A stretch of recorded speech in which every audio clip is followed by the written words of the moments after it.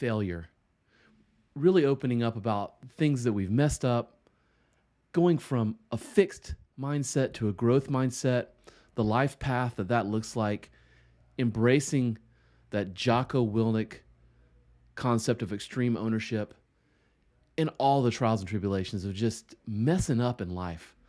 I hope you'll tune in for the rest of this because I think it's a great one. Doug's a great guy. Some great stories. Let's get on with it.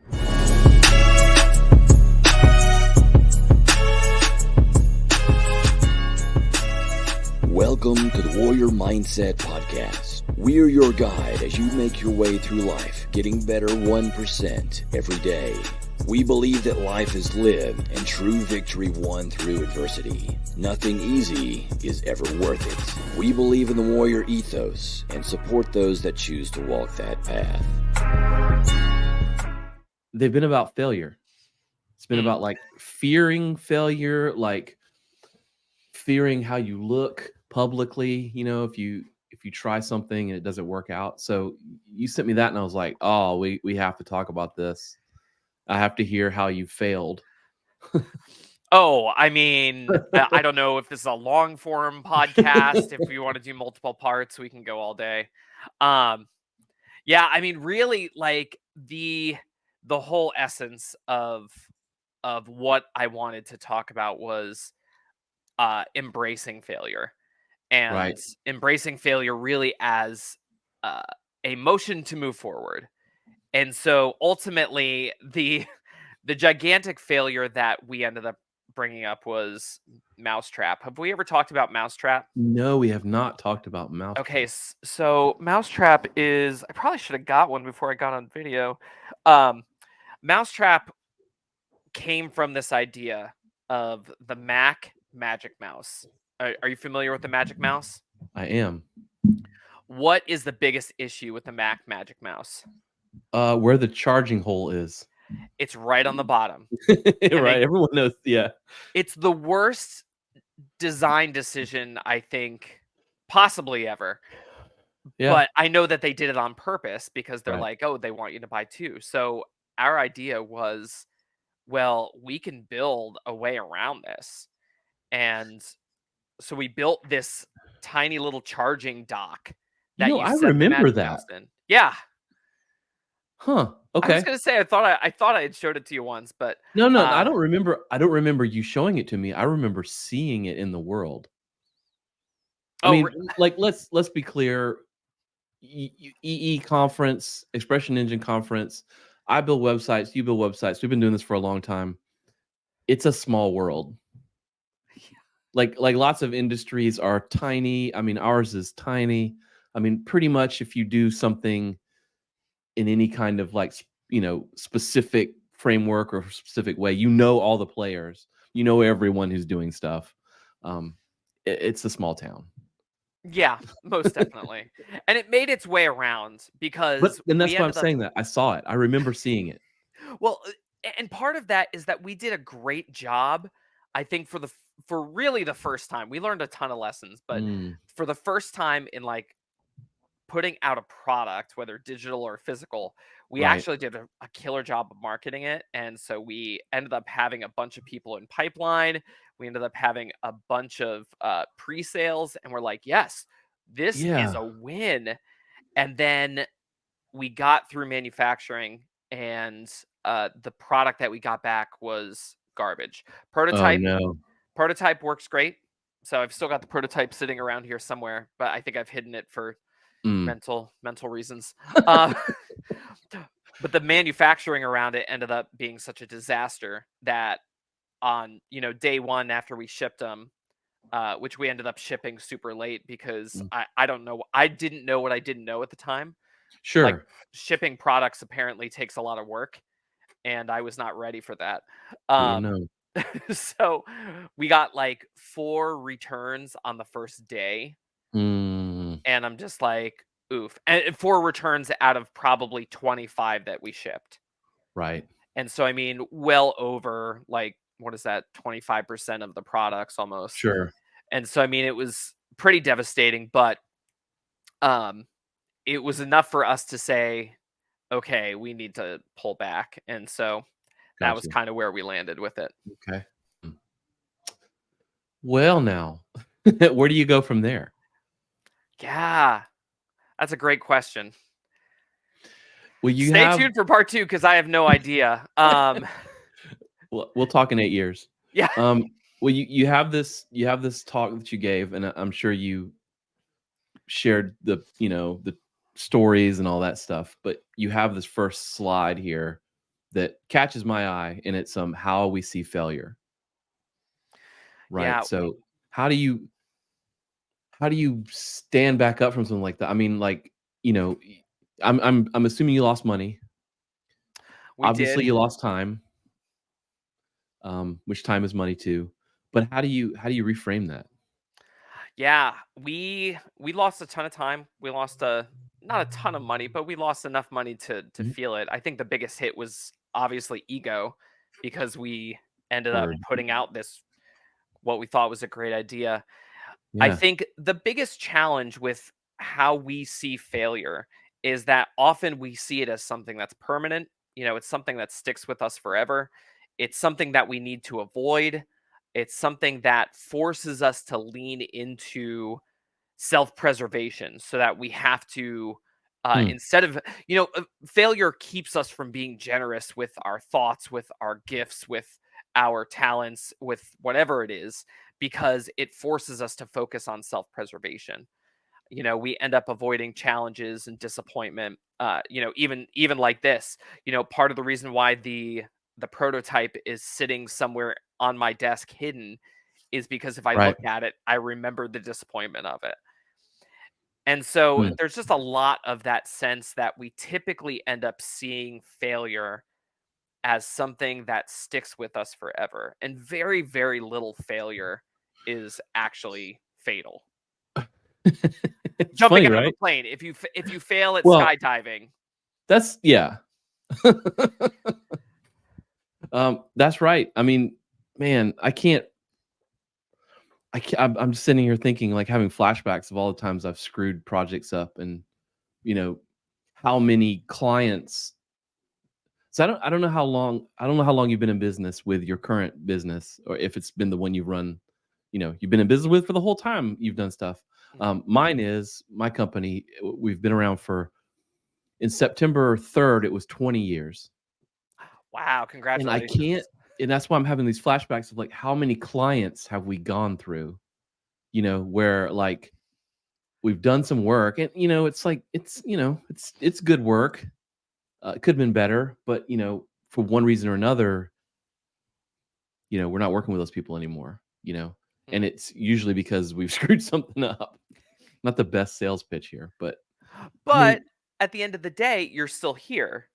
right, You've still made it, they've still made it, whether it's it often becomes we look at all of the things that have broken those moments, and then we say, well, I can't touch that anymore. We stay far away from it. And then we don't we don't take steps forward, but you've still right, moved forward with that. You've still yeah, kind of put yourself in a place where your business is obviously moving forward. 20 years is significant. yeah.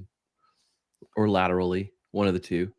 Um, so yeah, Yeah. because and let's talk about that because I mean, the money, losing time, losing out on not accomplishing a goal of like launching a new product and all this stuff. Because when you go into something new like that, it's like we're gonna get rich. It's gonna be awesome, right? It's you're always there, but when you do something like that and you put your personal uh what's the word I'm looking for? Like, I don't want to just say your personal brand, but you put yourself out into the world. Like, I built this thing. This is me. This is a product we love. We're making it, and then you have a big stumble like that. I mean, that can be hard to recover from. Because, and I don't mean like the world won't let you recover. I'm like what you're talking about, like personally. You know, like you're like, man, I put everything out there and it didn't work. Yeah, Um, most of the world has moved on. yeah, And they didn't ever even connect the dots in the first place, right? exactly. Yeah, Mm, we've just kind of me, primarily have been the one mhm, who've been like, okay, this sticks. a little bit. So, Mhm. and it sticks for a lot of reasons, like you mentioned. There's still this outstanding product. There's still this idea of, well, I would like to make money off of this. I Mm. do believe that it could fix, a fun problem in the world, and make, if anything else, Mac users just a little bit happier in their lives. Yeah. So, Right. So what are some of the things that, like, now I mean, obviously, you're still doing stuff. I mean, yeah. we work together, on some projects, and, um, so what are some of the things you do? I mean, how do you avoid some of the pitfalls? Um, so I think for me, it really started with reframing failure. Mhm. Um, and I mean, this is something that has been practiced. So this wasn't something that kind of all came out of, hey, here's Mousetrap. Uh, Yeah. like I tell people a lot, like I have a gluttony for punishment, and so a high tolerance for risk and that kind of thing. And Okay. so that's ultimately led to, lots and lots of this. But the biggest change for me, where this really kind of flipped, was this idea of fixed mindset versus growth mindset.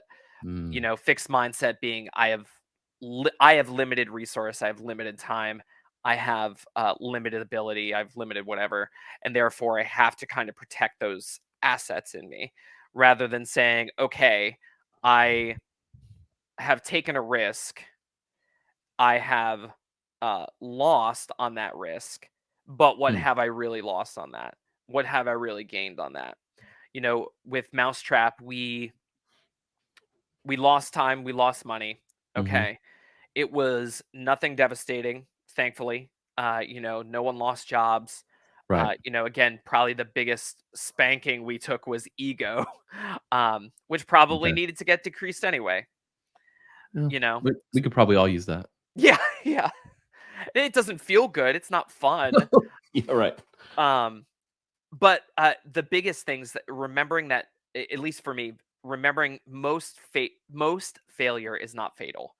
It's not Mm. going to end things for the most part. And it's kind of that risk reward balance that hopefully you make in that decision making process. But to remember to notice the beauty of trying. So I don't know if I've ever told you this. Did I ever tell you I was very briefly a contestant on American Ninja Warrior? No. Okay. Oh, no, So we have a whole other podcast to do. we oh no, that one will be even shorter. Um so I ended Oh, up, wow. long story short, I have a I had a very rare brain condition. Had to have surgery in there, was kind of training at the time. Okay. And then just because my story got out locally, ended up getting contacted by the producers, was able to be on the show. Hmm. Was such a gift, such an amazing moment. I Okay. literally fell on the first obstacle because it's so ridiculously tough, and Right. I was not ready. I quite literally had just retaught myself how to walk straight in the past 3 months. Holy moly. And so it was terrible. But all that to say, after that, I went back to training with my coach, who was this 18-year-old kid, like half my age. And um, we were doing something and we were talking about Ninja. And I just kind of casually made a self deprecating joke Mhm. where I said, oh, yeah, like I can fall on the first obstacle again. And Yeah. he reminded me, you know what most people were doing that night? They were sitting on the couch eating potato chips, Yeah. and you were there trying. I love it. And to get to that point where we can just be okay with accepting the very fact that we tried. Yes. I love it, man. I mean, so I mean, I coach a lot of people, right? I own a gym. I love the American Ninja Warrior thing. I wanna know, like, what if you don't wanna say, it's fine, but what you said you had a brain injury? So I had something called superior I see, I can't pronounce it. Superior semicircular canal dehiscence. So Okay. inside your ear are We were talking three about that, right. bones. Yeah, Right. there are three like bones. They basically control not just your hearing but also your balance. Mm. Um, and one of those ended up breaking. So basically, it's like a broken bone inside of your inner ear. Yeah. Very rare condition. Most people who experience it have minimal symptoms, if any at all. Mine were severe, and so I ended up Mm, on the hearing side of things having extreme hearing. And mm. so I could hear things like my heart beating and my hair growing. And, I could hear a mouse like fart in the wall, like at night. I worked That at seems like a superpower.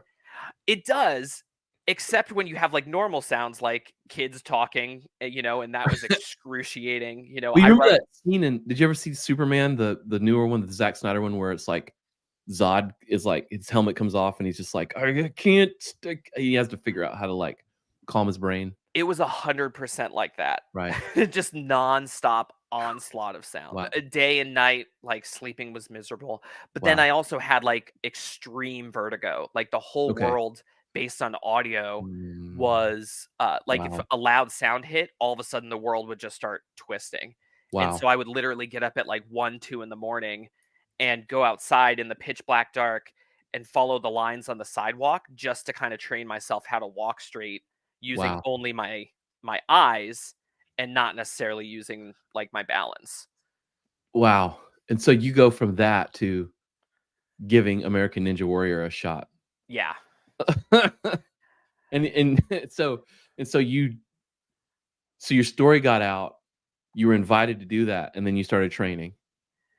I had been training Okay. prior to all of Okay, you've this. been doing that kinda stuff. Okay. Yeah, so I was training, and then when this hit, Yeah. I ended up seeing doctors about it, and no doctor all the doctors were basically like, "We don't know what this is. You're gonna Sure. have to learn to live with vertigo." And so really for 2 years, I Dude. did, and then finally Right. one day at the office, I just got sick and tired of it, and I was like, "I am done Yeah. with this." Right. Googled my symptoms and found this, found a doctor who was able to kinda diagnose it over a couple weeks of tests, and then, they went in and did brain surgery, so they Okay. actually drilled a nice little hole in my head. I got a nice little metal plate, Oh, wow. fixed the bone, and then when they got in there, they found out my skull was super degraded for some reason. And Mm. so they went in there and like put some new bone in there. I always tell people, my mom always used to call me thick-headed, and now I have documented medical proof that that was not the I was case. not. That was Yes. not the case.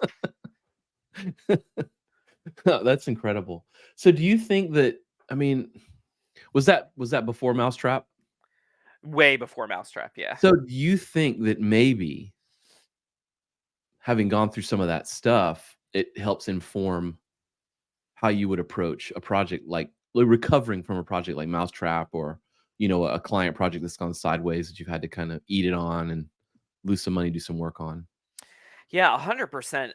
A Yeah. lot of that really taught me how to exist in pain. And we spend so much of our life trying to avoid pain, trying to get out of pain, which is all good stuff. Pain Right. is usually problematic. But the reality is in a lot of ways, boy, this is a really positive message. Life is pain. We experience challenges, and Right. especially if you're trying to push forward with something in your life, um, you're pressing against the headwinds. You're pushing through, in like undocumented lands where you're, Mm, having to chop things down with a machete just to get through and clear a path. Like that is it's dangerous, it's risky, it's painful. You're going a way that most people don't go because it's way easier and less painful to go the other way. mm, So, yeah, over 2 years of just kind of living with nonstop pain, right. you learn how to say, "Oh, yeah, I get pain." Still doesn't feel good. It never goes away. It's like Wolverine from the comics, It like always hurts, yeah. every time the claws come out, it always Right. hurts. Yep. The claws come out, baby. Yep. Um, that's awesome. Oh, that's not awesome. I'm glad you got it figured out. Glad you got your Ninja Warrior attempt. Um, yeah, that's crazy. I've never trained for that kind of thing in particular. I can't imagine the fun that probably is training for that, but also how difficult some of those obstacles would be in front of people too. Like, holy crap. Oh, yeah, and they don't tell you they end up doing that all night. So you're not running that during the Whoa. day when you're good. Like, you're running that at I ended up running early, at 11:15 at night. Oh man, see, that's not cool. Yeah. That's just how they do it. I did not know that up Wow. until the week before, and so all of a sudden I'm like, I need to get used What? to going Doing at this, nights and that yeah, kind of thing. wow. It's different challenge. Wow. Huh. Um, yeah, so, you one of your slides, and this is actually the one that I was like, I'm gonna talk back to you and see what's going on. One of your slides just says the obstacle is the way, Mm.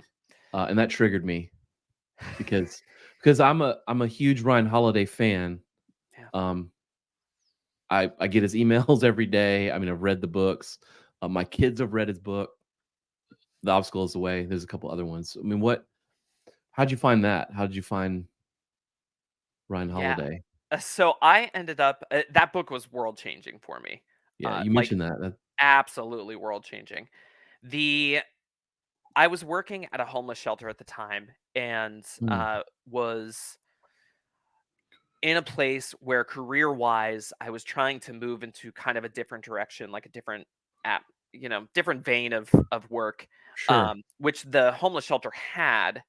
And so I'd kind of laid out to my boss, who was a great person. This is no indication on her or anything. Um, but presented a path forward for me to move in this direction and Okay. gave 3 options, said, "In all of these options, all of us win." And Okay. so the whole idea or the whole feedback I got was, "Okay, we can look to do this in 3 years." And I'm like, "3 years? Years. Wow. That's a long time." And I know what typically happens in that, which again, not an indictment on anyone, just the Right. reality is that Yeah. 3 years, worlds change. Yeah. It's a Right. whole different thing. And Yeah. so I walked out of there. I kinda took a walk around, the building, and that was when the idea of really kind of focusing on the business, focusing on tech skills, that kind of thing, really came into mind and Hmm. kind of said, "Okay, this is going to be the path we're going to use. We're going to work toward accomplishing the same goal, just in a vastly different way." And so it was at that time, I think almost that week, that Hmm. I found Holiday's book, The Obstacle is the Way, Wow. and that story of the king, the king whose people were all very lazy. And so he put a gigantic rock in the middle of the road. And so no one could get in, no one could get out. And so people would walk up to the rock and they'd try and push it, they'd try and move it, and no one could do anything. And after one or two attempts, they'd just give up until finally one day, the one guy walks up, he does his pushing and pulling, he can't move it, and so he digs a hole and moves the rock that way, and underneath it is a gigantic treasure with a note from the king saying, "Always remember the obstacle is the way." And I'm like, I remember reading that on the bus or the train, and I was just like, "This is it. This is the whole thing." Every single obstacle isn't necessarily a stop. It's just a way to go around. Every barrier, every fence is just another way to kind of say you can go over, you can go under, you can go Yeah. around, you can go through. It's just a matter of figuring that out. Mm. And especially when we talk about failure, we often see failure as this fixed point in time to say we cannot move forward. Instead, choosing to say, how can we move forward around it? How can we move forward over it? Can we move the actual barrier itself? Uh, do we need to pivot entirely? Like, is this just one of those immovable barriers, but we can accomplish the same goal Hmm. by, trying different things? Yeah, that was a great story. It's like, I was touching on this a little bit earlier. I don't know how many people you interact with from the standpoint of sort of helping them see some of these things. I coach people a lot, for their physical fitness and in martial arts and stuff, and I find that a lot of people spend an inordinate amount of energy trying to avoid feeling uncomfortable, or trying to avoid, any kind of anything, like any kind of problems. They try to avoid feeling comfortable, they try to avoid conflict. They will work 5 times as hard to avoid it than to just like, "Hey, let's just talk about this thing and deal with it and move past it." What's I mean, you've clearly come from, like, you've gone through that. Like, I can tell that. I've worked with you. I can tell it. I mean, do you see that in other people? Like, what do you tell other people? I mean, you gave this talk, but what do you tell other people? Yeah, I see a lot of that in other people. I see a lot of that in myself. Um, I Right. wish I could change other people. I can only unfortunately change Right. myself. Absolutely. Um, and so the only kind of advice I ever give around that is it'll be easier if you embrace the suck now. Because what's going to happen is okay, you can try the easy route now. The problem's still going to be there, but you Mm, may have just wasted time trying to get through it the easier way. Um, it's whether it's a hard conversation you're having, like we have hard conversations with clients sometimes, and it's like, yeah, just schedule the call. Just go ahead and do it. Put it yeah. on the calendar. The calendar becomes the ultimate barrier. I Um, know. yeah, triggering something in Gene now. Um, but like the more you try the easy path without actually saying I'm going to embrace the problem. And I'm not saying like don't innovate, don't try and think through, Well, yeah, ways that's to we're not talking accomplish about it. that, yeah. Yeah, but more like if you're avoiding the crappy thing because there's a easier path, Right. then all you're doing is letting the crappy thing fester. And it will come back to bite you, and it'll Yeah. be, 10 times harder if you don't, just handle it now. We had I was talking with someone recently. It was actually the last recording I did for this show, and we were saying, they're bringing up, "Hey, you know that saying, like, I either win or I learn? Like, I never lose." And they're kind of poo-pooing it a little bit, and I do think it's cheesy, but I mean, man, that's a great way to look at it. I think, like, you're only going to lose if you just continue to avoid the thing that you don't want to do. Like, that's how you lose, and you do Yeah, that long enough, and you really lose. yeah, you just keep kind of stacking those, Yeah, right. because again, it's like that junk drawer in your house, where you don't know what to do with this thing, but it has to be done something Yeah. with, so you just kind of put it aside, or like that corner in your basement. Yeah, I've got I don't that. remember Yeah. what's in that box, but we'll just leave it there, and then Yeah. all of a sudden you've got like 40 boxes. Yep. They don't go away until you Yep. deal with them. Well, let's talk a little bit about because you brought it up, the fixed mindset and the growth mindset. I think that's how you framed it. I've heard it framed like many different ways, and that's how I think of it. Fixed versus growth. I mean, thinking back, do you ever find a time when you were working out of that fixed mindset? Yeah. I mean, I I have. That's why I asked. yeah, I am often a person who has seen the world just black and white. Yeah. There's only good or bad. There's nothing kind of in between. And a lot of times, especially, I would say, especially honestly, over like the past 10 years, the past 10 years for me have been like significant growth for me personally as well as professionally. And a lot of times, especially early on, and still every, once in a while it pops up, Mm. where I'll just be like, it especially indicates for me where I look at somebody winning and I say, if they're winning, I'm losing. Yeah. And I'm like, no, Yeah. that's that fixed mindset, where there's only a certain amount of resource out there. Mm. There's only, our business does websites and web apps. There's only a certain amount of people out there who are looking for websites. There's only like Right. 10 left. Right. Well, not really. And so, I mean, a lot of how we've kind of sought to, or I shouldn't even say we as a business, a lot of the way I've sought to kind of address that is to remind myself, listen, if they win, that's good. If we win, that's good. There's plenty of business to go around. And if we can come alongside them and help them win, then we win as well. Hmm. And so, it not in like a shark and remora kind of way where we're just kind of like Yeah.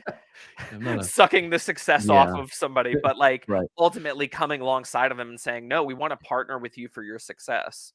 Hmm. So your business, Triple Nerd Score, which I love the name of that. That's pretty cool. Thank you. I'm gonna say this, and this is not a not what's the term, blowing sunshine up your skirt. or whatever. So we have that saying in the South. I don't know if you. Um, I'm gonna this is make it not a thing in the North now. I love it. it's not a hollow compliment. It was one of the things that I really dug about you from the first conversation was that you were.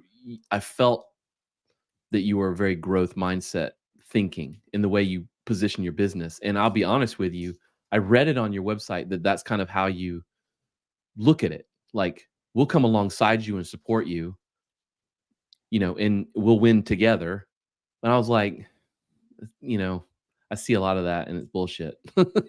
Like I was like, is it but I really I mean, I get that vibe from you talking to you, in the trenches on projects and things like that.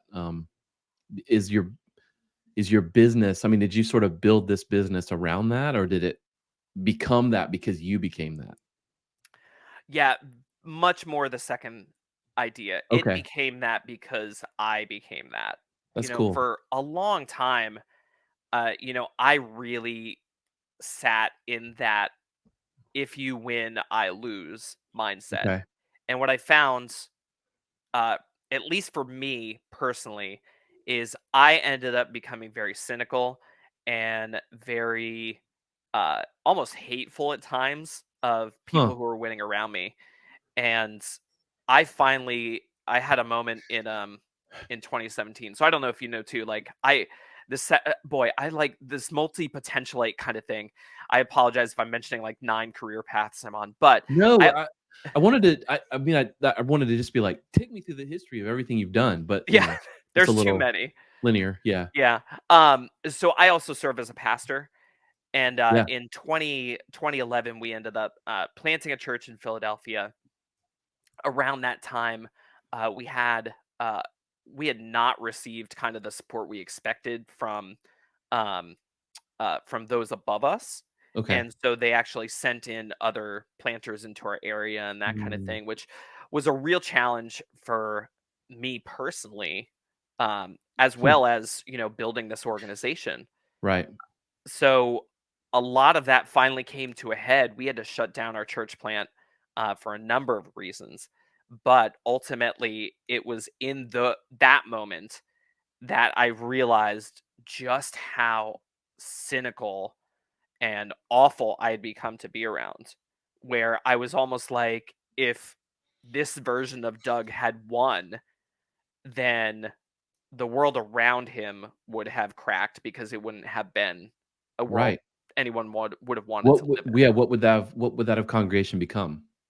Like, Yeah, like, you know right. you replicate who you are in Absolutely. those roles, and so, the last thing I would have wanted is a whole bunch of people who, walked around, all pompous and hoity-toity and that kind of thing, and so it was a grand beating of my Hmm. ego, and it was exactly what I needed because it was during the next 2 years where we ended up, helping, a person that we would have seen as one of our quote unquote competitors in that role. We came alongside of them and we just said, listen, we just need to hide out for a little bit. We just want to serve. I ended up picking up trash in the parking lot for a year. And I mean, to go from leading a large 500-person organization to picking up uh, Right. used products that people dump behind dumpsters, um, it was that moment that I'm just like, this mindset is not working for me. That's the lesson you needed at the time you needed it, though. That's what's Yeah, beautiful about it. yeah, it It's came at funny just how the that right works. time. Yeah, Yeah. yeah. That's Again, great. not fun, not enjoyable. No, it never Nothing but is. constant pain. But I'm like, if I didn't have the pain, if I didn't embrace the fact that this thing I loved and Right. created died partially at my own hand and my own doing, Yeah. then we wouldn't have what we have today. So how did you go from yeah, so let's talk about that. How do you do that? I mean, you're working I assume it was related when you're working in a homeless shelter to that sort of career path. Mhm. How do you have another career path where you are, essentially running a web design, a web development company? So I've always been kind of on this dual path. Part of on the ministry side of things, our goal, me and my wife, our goal has always just been we want to help people who typically won't be able to receive the help.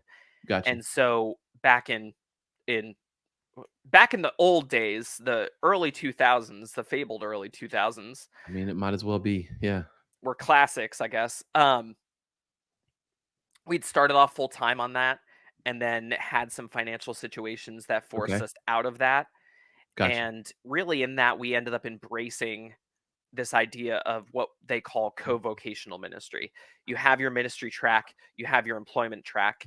And so we want to do both, and we can Sure. do both successfully by raising up powerful teams, empowered teams as well.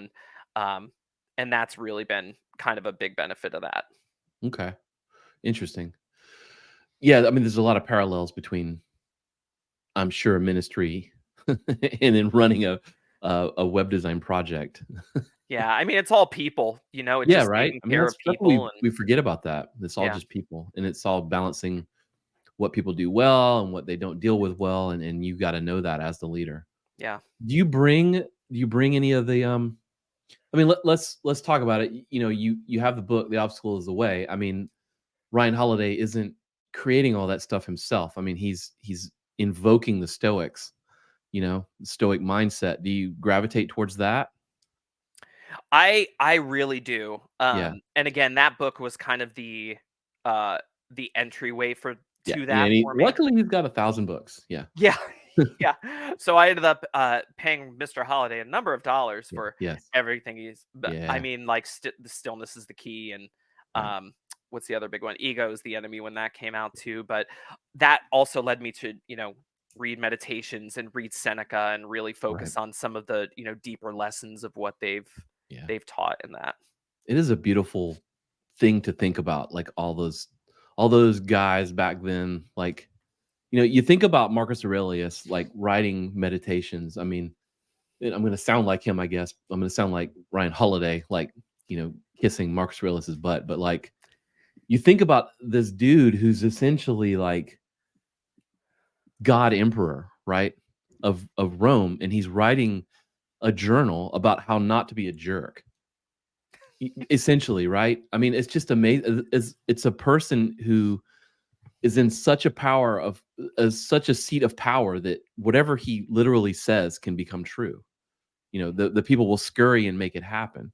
And then here he is writing in a journal, you know, like he's and here we are much later connecting with it as everyday men and women and picking up on these things. To me, it's amazing. Like, it blows me away. Mm. So yeah, I read that stuff, and I read it through Ryan Holiday's eyes, like through his, fanboy eyes. And then, he gets to pull it out, and he does distill it in a way that's really great, because I tried reading some of that stuff early on, and it was like, this is like reading, classic. It was like reading Shakespeare or something. I'm like, I don't understand any of this. I don't get it. You know? Yeah, always good to have somebody to kind of bring out the highlights for you and Yeah. be able to say, Yeah, okay, right. like, this is what this means. Oh, like, this Yeah. is what this Wow, looks that's like in really your cool. day to Right. day. Oh, Right. now I get it. Right. Yeah. Right. Right. Right. So, how to deal? I mean, you have this grown it, own it, cone it, hone it, disown it, which is clever. Tell me about all that stuff. What do we have going on here? It's Yeah. like So, one slide, and I'm looking at. I'll make sure, and if it's okay with you, I mean, I'll make sure and link up the slideshow that you share with me so people can sort of get it and pull something out of it. But you've got this one slide that's got these 5 things on it. Take me through those. yeah, totally. We, so this is the pastor coming out. I have to make everything rhyme. I have to make it memorable. Okay, I see. But ultimately, dealing with failure really comes down to these 5 things. We grown it. So the very first thing we need to do is actually acknowledge the fact that, failure sucks. Losing a game sucks. Like, this is not fun. No one's enjoying it. Um, yes, you can learn to embrace it, and you can learn to say, okay, that didn't go as expected. You can even say that with some optimism, but Sure. learning to actually say and sit with your feelings for a minute and accept your feelings as they are. accept the anger, accept the mourning, accept the what is, rather than trying to fight against this should have gone this way. Well, it didn't. So just sit with what is for a couple minutes. Um, Hmm. and then celebrate the successes that were in that, reward the try behind it. Like, just notice the beauty of that trying. That's your own it is embracing it with vulnerability, embracing the ownership of it. And so not necessarily just trying to say this failed because of this person, or this failed because of this problem that existed. Like for me, Mousetrap. Okay, did Mousetrap fail because of the Yeah. manufacturing? Yeah. You know who ordered the manufacturing? Me. You know who knows nothing about manufacturing? Also me. And so that Man. falls on me to be able to say, I can't So pass the buck. have you read the book or seen Extreme Ownership with Jocko Willnick? Mhm. So it sounds like your the obstacle is the way. My extreme ownership. Like that book, I was sort of like navigating towards that world, and the way he put that, he succinctly in that one book, and then the way Jocko delivers things is so simplified, and that's Matter a of fact. that's the wrong word, and I've been trying to get better at using this word. I think the better word is minimal. And I think I'm gonna get on my little soapbox. We're gonna get back to your slide here, but I love the word minimal because when you say simple, it implies that there's not the, you know, levels and levels and levels of complexity behind it. You are able to take and synthesize and communicate clearly. To me, that being minimal is so difficult. Um, Mhm. and that's why I use that word. He. But I that extreme ownership, like it's what you literally just explained was like, yeah, the manufacturing wasn't quite right, but I designed it and ordered it, Mhm. and I've gotta own this thing. And that thinking about things that way, I mean, that really did change my life in terms of, business and money and the way I approach everything. And man, that's such a I feel like that's where most of everything that we get wrong starts. Yeah, it's so Or easy just to ends. say, "Oh, this belongs to this person," "This problem is your Mhm. problem." Yeah, Okay, like if you're on a team and there are different pieces of ownership there, maybe it's talking about what went wrong and seeing how could I have played more of a part there. But, sure. ultimately, if it's just passing the buck or just Mm, things in a negative light for the sake of it, mhm. you're not really owning it. And then Mm-mm. what happens Mm. is you never actually get through that failure. You've just Right, kind of pwned it off. and you linger on it. Yeah. Especially in a team, the same stuff keeps happening over and over. That's what Yeah. I've found. That you Until keep making somebody the same says, mistakes. this is my problem now, Mhm. and it will not be a problem again.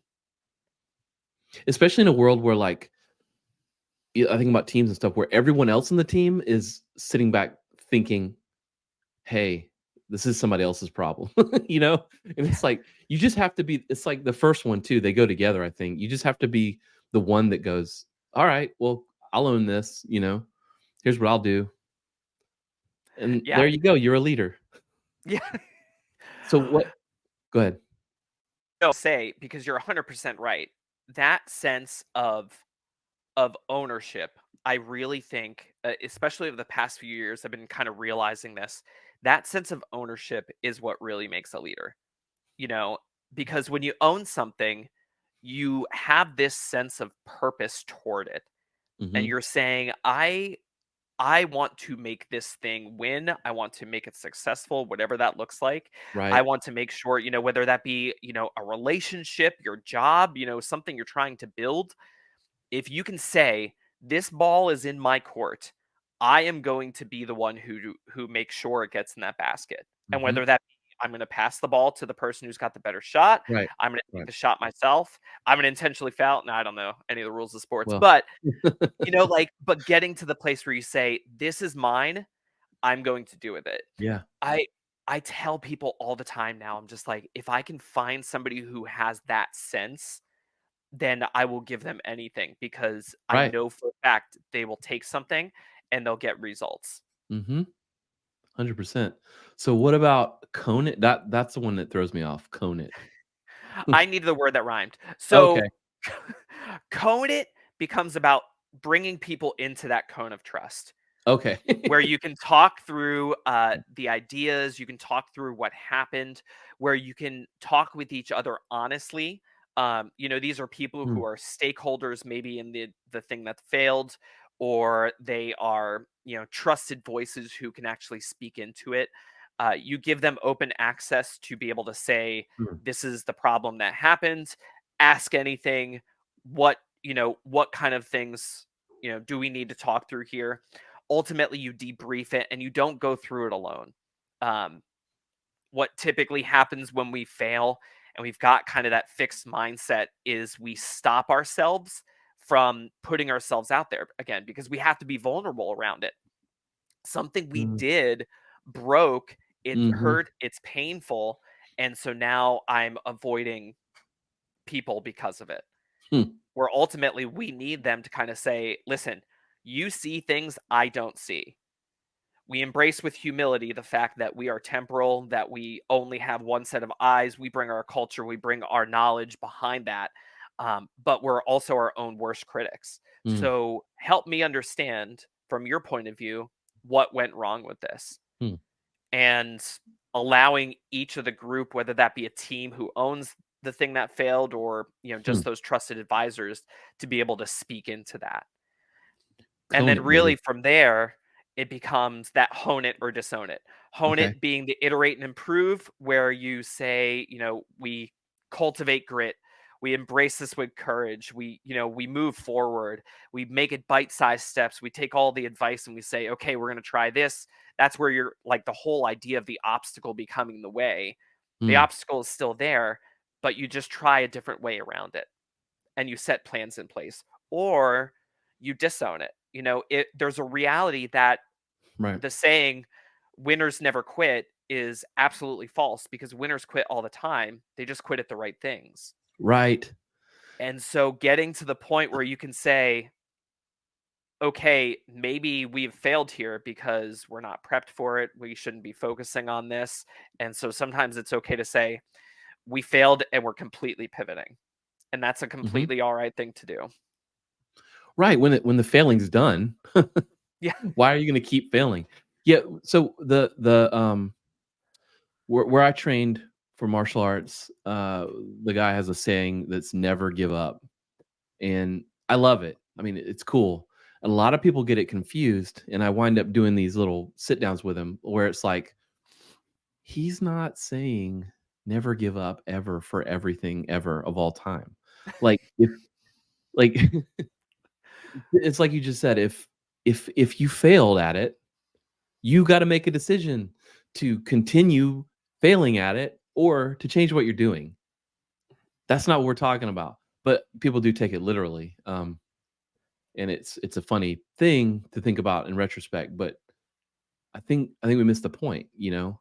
You can absolutely like, yeah, never quit, but, like, you might need to shut that business down, you Mhm. know? It ain't making money, it's costing you money, it ain't gonna grow. Like, all the goals you set out for this thing, they're not gonna happen. Like, be realistic. Do something else. Yeah. What we mean by never giving up or never quitting is, like, do the other thing. Like, actually get up in the morning and go do the other thing. Like, that's what Right. we mean. Like, Right. It's okay to let this particular thing yeah, go, maybe in that situation, yeah, because if it's not helping you toward the bigger goal, and that's ultimately too what kind of comes into this is knowing what's beyond that to be able to say, okay, do I actually need this in order to accomplish that? right, Like, do we need Mousetrap to be able to, make a lot of money or help a lot of people, that kind of right. thing? No, not necessarily. Would it have been cool? May it still be cool? Yeah. But Absolutely. Right. if God willing, anything else, it's just a bump in the road and Yeah. figure out It's stuff part from of there. the it's just another chapter in your story, bro. Like, Yeah. you have a whole book. Like, yeah, like, it's kinda how it works. The Um, constant incessant failings of Doug. Yeah. well, I mean, I've got a bunch myself. It's super cool to like hear someone like let me rephrase this. So like I used to run a bunch of conferences and stuff, not unlike Expression Engine conference, and I got really burned out on the community, right? Like the because of that, I felt like early on, and let's say early on, you invoke the early 2000s, so I can invoke it too. Um, early on, like in our world, in our little tiny little piece of all the industries of all time, building stuff on the internet, like that community was very open and very sharing, like across the board early on. And over the course of like a decade or so, up until oh man, it was like 2017, 2016, 2017, somewhere in there. I 2018, maybe whatever. I just quit producing events and stuff. And I was getting very burned out because it felt very fixed. I wasn't quite aware of the time of like all the nomenclature of fixed versus growth mindset and all that stuff. But it was just rubbing me the wrong way. And it felt like a lot of people in the industry got that way. And it was kind of like, I don't want to share anymore. I'm here to, I'm just here to learn this skill that I can then go and get more money. And like a lot of my peers, I guess, were like, because I've worked for myself for a long time. I never really like worked for anyone else, honestly, ever. Like early on, I got out of college and worked for someone. Then I didn't do that. Like I don't even know what it means to work for someone else. I probably would make a very terrible employee. I mean, quite honestly, Most entrepreneurs would, I think. yeah. Yeah. I would probably annoy everyone, but like it felt like people were just like hopping to the next highest paid gig, you know, and I felt that way, and I realized now it wasn't as much everyone else as it was me and the way I was looking at them. Mm. Because, like what does it matter? Like, what does it mean to me if someone goes and gets a better job and pays more money? Like, why do I care? Mm. I don't know if you've come through any like that's just a little, that's where I felt things were at. I don't necessarily want to make this just about our industry that we work in, but I know you gave this talk at EEConf and you were saying that it was cool, then the vibe was back and all this stuff. Like how does it feel from your perspective, from your corner of the world? Are you seeing anything? Or you could just completely disagree with me. Like you could be like, "No, dude, I never saw that ever." But like, where do you Um, fall? yeah, I mean, I think it really just depends on the community in Okay. those kind of things. Like, I've been to a couple of tech conferences and meetups and Yeah. that kind of thing, and some of them feel very insular, and so Mhm. me coming as an outsider, uh, I'm pretty introverted as it is, so like Okay. it can be a challenge for me to kind of okay, I'm going to sit in the back here and that kind of You're thing. an introverted pastor. How's that work? Oh yeah, oh yeah, we very difficult. But again, it's embracing the suck. It's Hey, sometimes man. saying like, "Hey, I need to talk to people, and I don't necessarily feel it in here. I'll take that rest later, Right. and make those conversations now."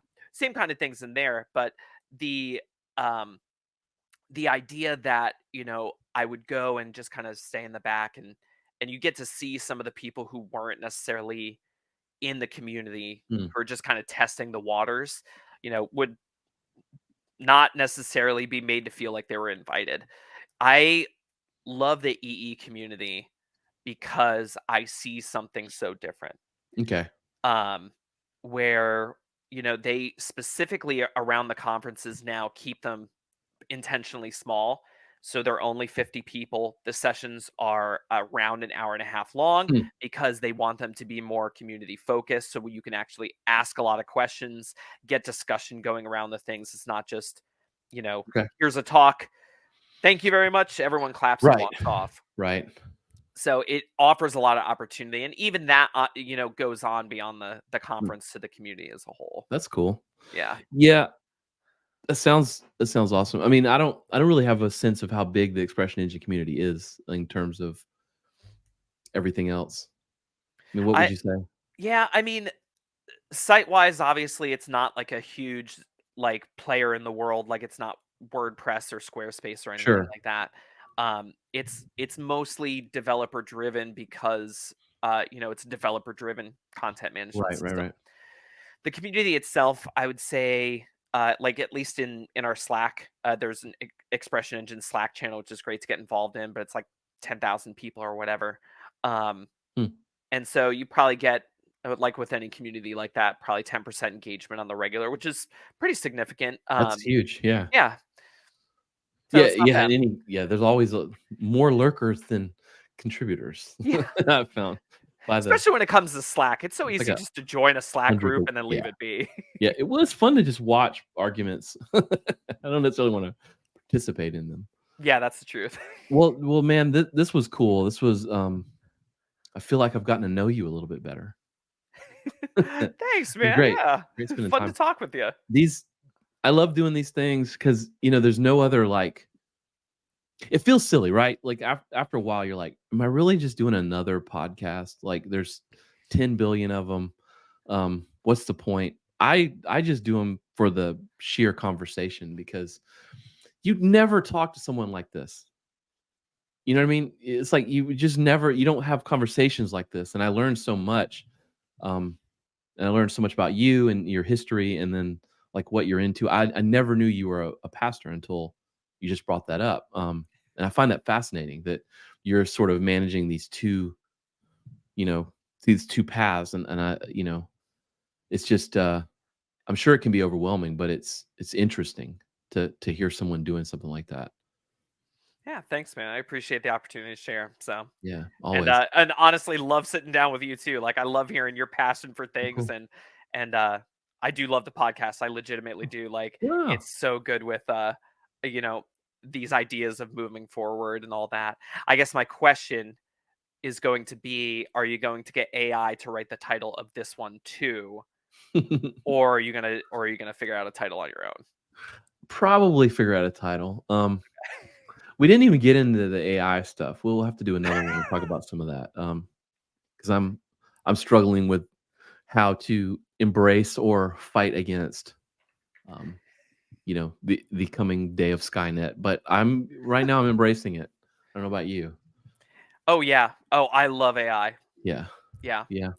And Okay, I'm not just saying that because it's listening to us right now. it I is. actually do love you, Google Home and Google device. It'll remember you when the It day will comes. remember me. Remember me when you come into your power. It will. I promise. Internet has a long memory. Internet is forever. That's the truth. Um, all right, man. We got to get back to work, but this was great. Thank you for coming on the show. Definitely, man. Appreciate the opportunity.